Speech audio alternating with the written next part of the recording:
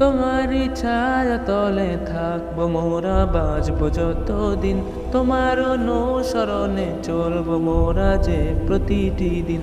তুমি শান্তির ধর্ম ইসলাম, তোমারই গুণ সীমাহীন, তোমারই হারানো সম্মান ফিরিয়ে আনবো যে একদিন। জীবনের বিনিময়ে বাঁচাবো তোমার মান, ইসলাম আমার ইমান আমারি জান, ইসলাম আমার ইমান আমারি জান, ইসলাম আমার ইমান আমারি জান, ইসলাম আমার ইমান আমারি জান।